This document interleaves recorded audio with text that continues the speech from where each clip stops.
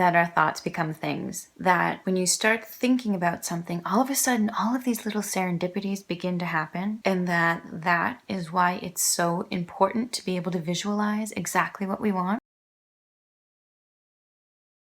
Because we all have, quote, goals, don't we? Maybe it's a certain job or a house, or we want to be able to stick to a certain diet. And what will those get us? A particular career or possessions or a certain level of fitness? And what do those things get us? Livelihood, abundance, health. Well, that's easier to wrap our brains around, just the possibility of how we might obtain these goals, right? But what do those get us? Confidence, gratitude, self-love. And what would you feel then? Happiness.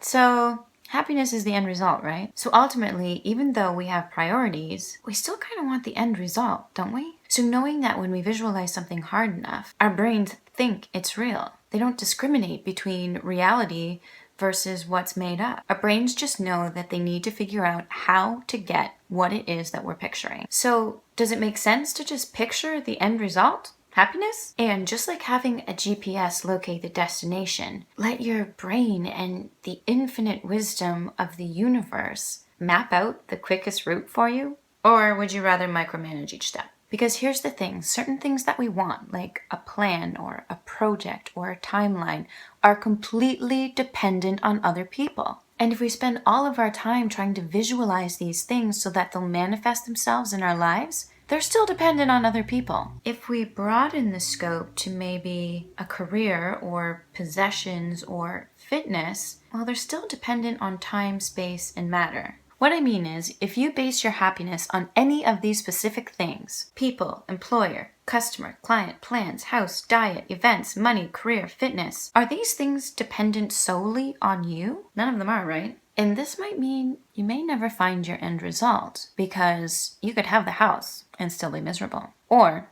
even worse, you could never get the house and still be miserable. Could we set that GPS to something a little bit more generalized? Here's an example. If we detached ourselves from, I want to find the one, or I want to get married, or I want a 4-bedroom house and a ring on my finger, could we move towards, I want to experience loving relationships, or better, I want to experience compassion and gratitude, or even better, I want happiness? Doesn't that open the doors for infinitely more opportunities for those beautiful little moments of serendipity to enter into your life? We aren't fulfilled by time, space, matter, or other people. We're fulfilled by thoughts and emotions. And because you're fulfilled by thoughts and emotions, doesn't it make sense to start there and work backwards? But you're asking yourself, Krista, I thought I wasn't supposed to attach myself to the end results. We're going to change the rules here for a second. We're not attaching ourselves to the end result of losing 10 pounds. We're attaching ourselves to the emotionally based end results. I want to lose 10 pounds so that I can be confident, so that I can be happy.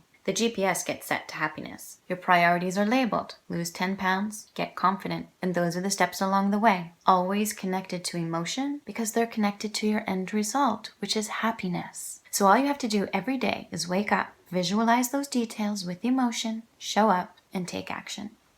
Do you wonder why this video came to you today? Serendipity. Hey, it's working already.